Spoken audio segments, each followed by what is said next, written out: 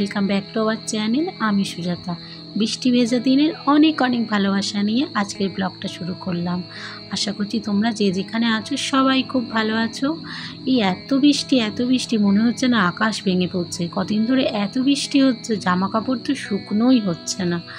সারা সপ্তাহ জুড়ে বৃষ্টি হচ্ছে আর বাজার দর মূল্য সবজিপাতির এত বেশি হয়ে গেছে যে সাধারণ মানুষের খাওয়ার জো নেই। যাই হোক, সকালবেলা চাটা করে নিয়েছি। সকালে আমি মুড়ি আর চা খাচ্ছি। আজকে সকালে ব্রেকফাস্টে ভাবছি আটা নুডলস আছে ম্যাগির, ওটাই বানিয়ে দেব। আমার বর আর আমার মেয়ে, আগের মাসে না আটা নুডলস আনা হয়েছিল, ওরা দুজনেই কেউ খেতে চায় না। ওই নুডলসের মধ্যে না যে ছোটো ছোটো সবজিগুলো থাকে না ড্রাই, ওগুলো পছন্দ করে না। কিন্তু দেখো, কেনা জিনিস ফেলে দেব, তাই ওটাই বানিয়ে দিলাম। অনেকবার করে বললাম তো তোমাদের আটা নুডলস বানিয়ে দিই। আমার বর বলল না করেই যাচ্ছে। আমি যে ওটা ফেলে দেবো কি? তখন বললো ঠিক আছে বানিয়ে দাও। এটা বরের ব্রেকফাস্ট নিয়ে যাচ্ছি। আর আমার মেয়ে এইসব খাবে না বলেই দিয়েছে। ও এখন একটা বিস্কুট খেয়েছে, ওর জন্য ভাতই করে দেবো। ভাত মাছ ভাজা ও খেয়ে নেবে। তাড়াতাড়ি করে রান্না বসিয়ে দেবো। আর এত বৃষ্টি জামা কাপড় এখনও ধুইনি। সকালে বাসি কাপড়টা ছেড়ে চা করলাম, ব্রেকফাস্ট বানালাম, এখন ঘর পরিষ্কার করতে এসেছি। ভাবছি এখন সকালে স্নান না করেই রান্নাটা বসিয়ে নেব। বাসি কাপড় তো আমার ছাড়াই আছে, কিছু করার নেই। জামা কাপড় এত ছাড়া যাচ্ছে না, কারণ জামা কাপড় তো শুকনোই হচ্ছে না। ওর জন্য না একবারে যতদিন বৃষ্টি হচ্ছে না, একবারে রান্না টান্না করে মোছামুছি করে তারপর একবারে স্নান করে এসে তারপর ভাত টাত খাচ্ছি। নাহলে কিছু করার নেই, কারণ বাইরে যখন আমাকে জামা কাপড় ধুতে হবে, বাসন মাজতে হবে, আমি তো অলরেডি ভিজে যাব। আর এমনিতেই গলার অবস্থা খুব একটা ভালো না, খুসখুস করছে। আমি যখন ভয়েস দিচ্ছি না এখন, আমার একটু প্রবলেম হচ্ছে। এত পরিমাণে ঠান্ডা লেগে যাচ্ছে বৃষ্টিতে, বারবার ভেজা হচ্ছে, স্নানের পরও ভেজা হচ্ছে প্রচণ্ড পরিমাণে। এত ভেজা হচ্ছে যতই পাকা ঘরে থাকি, বৃষ্টি হলে তো ভিজতেই হবে গৃহিণীদের। কথা বলতে বলতে ভাতও বসিয়ে দিলাম। আর আজকে পাবদা মাছ নিয়েছি। পাবদা মাছ না, প্রত্যেকটা মাছের মধ্যে ডিম আছে। আমার বরকে বলেছি না, এই বর্ষাকালের সিজনে না তুমি একটু মাছ নেবে। আমার বর আমার মেয়ে না একটুখানি ওই মাছের ডিম না ভালোবাসে। ওর জন্য বলেছি না, তুমি বাজার থেকে না সবজিপাতির থেকে বেশি এখন মাছ নিয়ে আসবে। এই বর্ষাকালের সিজনে না মাছটা একটু বেশি ভালো পাওয়া যায়, কারণ এই সময় প্রত্যেকটা মাছের পেটে ডিম থাকবে, বেশ ভাল লাগবে খেতে। ওর জন্য বলেছি তুমি মাছ আনবে। আমার বর বলছে যে সবজি খাবে না। আমি যে সবজি খাবো না কেন, সবজি খাবো, কিন্তু মাছের দামটা তো এখন একটু অনেকটাই কম থাকে। আর অনেক রকমের মাছও পাওয়া যায়। মধ্যে নুন হলুদটা মাখিয়ে কিছুক্ষণ রেখে দিলাম। আর আজকে ভাবছি বাটা বানাবো। কি বাটা বানাবো বলো তো? রসুন, পেঁয়াজ, লঙ্কা দিয়ে, কালো জিরে দিয়ে, পেঁয়াজ দিয়ে একটা ভর্তা বানাবো ঝাল করে। কারণ এত ঠান্ডা লাগা, গলা ব্যথা এইসব আছে না, এবার ঠান্ডা লাগা থাকলে গা হাতও ব্যথা থাকে। এই কালো জিরের ভর্তাটা করলে না, গা হাতের ব্যথা, মুখে খারাপ লাগা, খাবার খেতে ভালো না লাগা, এই ভর্তাটা না খুব ভালো যায়। গরম গরম ধোঁয়াটা ভাতের সাথে না দারুণ লাগে। ওর জন্য না এই ভর্তাটা না আমার শাশুড়ি মা এসে থেকেই খেয়েছি।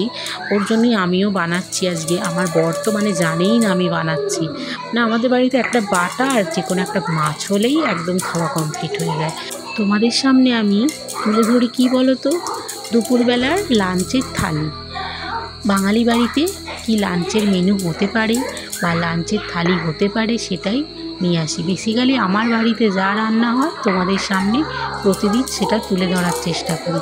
আর লাঞ্চে যে বাঙালি বাড়িতে যে সমস্ত খাবার খায়, নির্ভেজাল বাঙালি খাবার দাবার, একদম মাছে ভাতে বাঙালি, সেগুলি তোমাদের সামনে তুলে ধরি। আর নিরামিষ দিনে বাংলা থালি কী হতে পারে সেগুলি নিয়ে আসি। আর কথা বলতে বলতে মোটামুটি পেঁয়াজ রসুনের বাটাটা হয়েই এসেছে। আর কিছুক্ষণ পাটলেই এটা কমপ্লিট হয়ে যাবে। এর মধ্যে কিন্তু কালো জিরের পরিমাণটা কিন্তু বেশ দিয়েছি, যাতে গা হাতে যন্ত্রণাটা না একদিনই নিমেষে চলে যায়। কালো জিরের ঔষধি গুণ তো সবাইরই জানা আছে মোটামুটি। এত ভালো জ্বর সর্দিতে না খুব কার্যকরী। কালো জিরে না হাতের মধ্যে ঘষে, খুব যাদের সর্দি, নাক বন্ধ হয়ে যাচ্ছে, হাতের মধ্যে ঘষে নিয়ে পুটুলির মধ্যে সাদা কোনো পুটুলি করে, কোনো ওই যে পেপারগুলো হয় না, যেগুলো ছিঁড়বে না যে পেপারগুলো, ওই পেপারের মধ্যে ভরে নাকের কাছে নিয়ে গেলে না নাক বন্ধ নাক ছেড়ে যায়। আর এই যে পেঁয়াজ রসুনের ভর্তাটাকে আরও মজাদার করার জন্য না এই যে লঙ্কার আচারটা বাড়িতে বানিয়েছিলাম, এর সাথে আবার লেবুও দেবো। এই লঙ্কার আচারের তেল আর ভেতরে দেখো লেবু, গোটা ওই যে লেবুগুলো কীরকম করে দিয়েছিলাম, ওই লেবু দেবো। আর এর মধ্যে কী আর দেবো বলো তো, লঙ্কা একটা। যা ভালো খেতে হবে ভাতটা মাখতে, আমার এখনই জিভে জল চলে আসছে। আর গরম গরম ভাতের সাথে দারুণ লাগবে। ভাতও হয়ে গেছে, তাহলে মাছের ঝাল বানাবো। আগে মশলাটা বানিয়ে নিই, সর্ষে পোস্ত বা সর্ষে পাবদা মাছের ঝালও বলতে পারো। আর সর্ষে বেশি আর পোস্ত অল্প দেব, আর কটা রসুন দেব।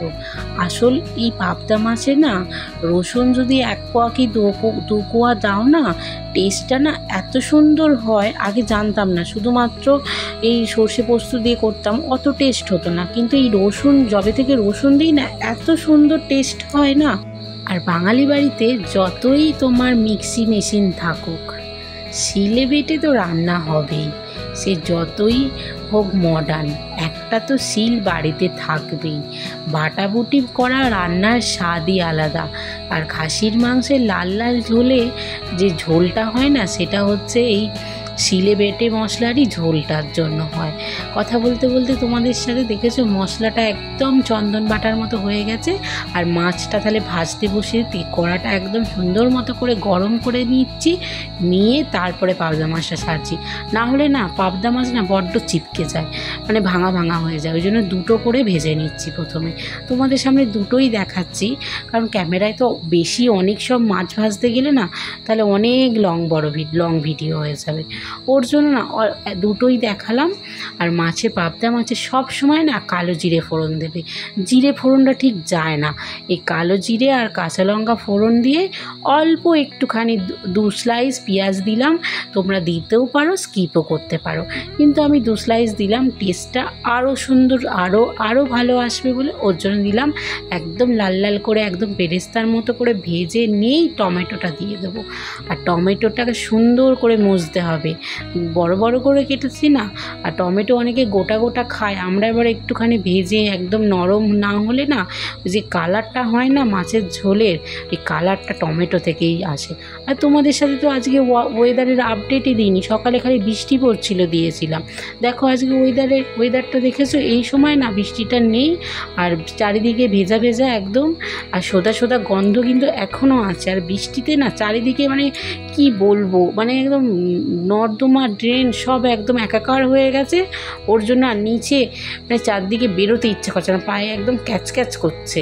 আর সাধারণ মানুষদের না খুব অসুবিধা, যারা রোজ আনে দিন আনা দিন খায়, তাদের কতটা অসুবিধা বলো তো। তারা রোজ যারা মাঠে ঘাটে কাজ করে, তাদের তো কাজ বন্ধ। যারা রাজমিস্ত্রি তাদেরও কাজ বন্ধ। যারা দিন আনা দিন মজুর, তাদের তো খুব অবস্থা এখন এই বৃষ্টির দিনে। 1 দিন 2 দিন ভালো লাগে, কিন্তু এই রোজ যদি টানা 2 সপ্তাহ ধরে বৃষ্টি হচ্ছে, এই বর্ষাতে তো বৃষ্টি হবেই, স্বাভাবিক ব্যাপার, কিন্তু তাদের তো মানে রুজি রোজগার তো বন্ধ। আর এই ঝোলটা যখন মানে একদম টকবক করে ফুটবে না, তখনই মাছগুলো দেবে। আর মাছগুলো দিয়ে কিছুক্ষণ 5 মিনিট মতো রাখবে। তারপরে নামানোর আগে কাঁচা সর্ষের তেল দিয়ে দেবে। কাঁচা সর্ষের তেল দিলে না এই মাছের টেস্টটা, মানে সর্ষে বাটা দিয়েছি না, মাছের টেস্টটা আরও সুন্দর পরিমাণে আসে। কথা বলতে বলতে দেখেছো মাছ রান্না মোটামুটি হয়ে এসেছে। আর এটা একটু ঝোলটা টানলেই একদম কমপ্লিট হয়ে যাবে মাছের ঝাল। আমার মেয়ে তো মানে প্রত্যেকটা মাছের ডিম আছে না, আমার মেয়ের যা সুন্দর আজকে খাবে। কালারটা দেখেছো কত সুন্দর এসেছে। আর সর্ষের তেল ছড়িয়েও দিলাম। আর রান্নাও কমপ্লিট হয়ে গেছে। তোমাদের সামনে লাঞ্চের থালি নিয়ে চলেও এসেছি। গরম গরম ধোয়া ওটা ভাত, তার সাথে পেঁয়াজ রসুনের বাটার সাথে কি বলো তো, লঙ্কার আচার। আর লঙ্কার আচারের মধ্যে ছিল লেবু, সেটার সাথে মেখে গরম ভাতটা জাস্ট জমে যাবে। আর আছে পাবদা মাছের ঝাল। আমরা টপাটা ভাত খেয়ে নিই, ভাতটা কিন্তু ঠান্ডা হয়ে যাবে না।